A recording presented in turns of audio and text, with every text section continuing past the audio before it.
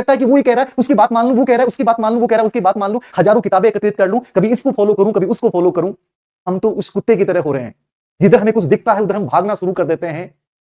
जब तक तुम अपना एक रास्ता नहीं चुनोगे, जब तक तुम अपना एक लक्ष्य नहीं चुनोगे और जब तक उस लक्ष्य पे तुम अडिग नहीं रहोगे, तब तक तुम सफल नहीं हो सकते। इसलिए इन्होंने वो स्टेटमेंट दिया था, लक्ष्य को अपना जीवन कार्य समझो और तब तक मत रुको जब तक उस लक्ष्य को प्राप्त नहीं कर लो, यानी उस लक्ष्य के लिए अपना सर्वस्व समर्पण कर दो, सब कुछ समर्पण कर दो कि तेरे लिए मैं सब कुछ, तेरे में मैं हूं, मेरे में तू है। ये होना चाहिए, ये उस युवक को दिया गया मैसेज था। क्या हम लोग फॉलो करेंगे इस बात को?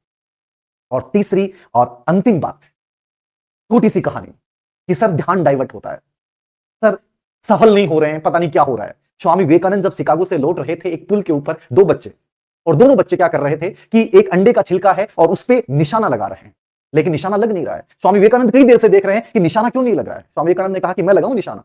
बच्चे आश्चर्यचकित होकर बोले, आप कैसे लगा पाओगे, हम इतनी देर से परेशान हो रहे हैं, हमारा ही नहीं लगा। बोले मैं लगाऊंगा।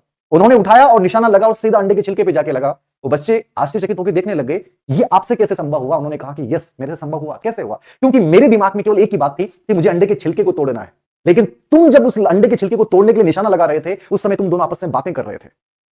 एक साथ एक चीज याद रखना, अटेंशन बहुत गजब का होना चाहिए। अटेंशन मतलब मैं जब रीड कर रहा हूं तो रीड है मेरे जहन में, मैं सेकंड ग्रेड कर रहा हूं, सेकंड ग्रेड है मेरे जहन में, इसको लेक्चर जब मैं कर रहा हूं, इसको लेक्चर है मेरे जहन में। यदि एक विचार को आपने इतना मजबूत बना लिया, आप सक्सेसफुल बन जाएंगे। ये कहानी केवल गवर्नमेंट जॉब की नहीं है, ये कहानी जिंदगी के किसी भी क्षेत्र में सफल होने के लिए पर्याप्त है। स्वामी विवेकानंद जी की आज राजस्थान पत्रिका का आपने देखा हो तो 2 से 3 कहानियां थी कि एक युवक ने एक विचार को लिया और वो युवक आज महीने के लगभग 10 से 50 लाख तक कमा रहा है। एक युवक महीने के 1 से 3 करोड़ कमा रहा है। ये सब विचार क्या है?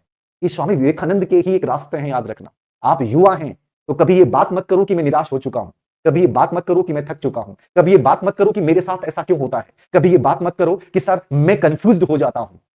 इन सब रास्तों से निकलना हमें खुद है और ये रास्ते का जो मार्ग है, ये रास्ता जो है वो तय भी आपको ही करना है।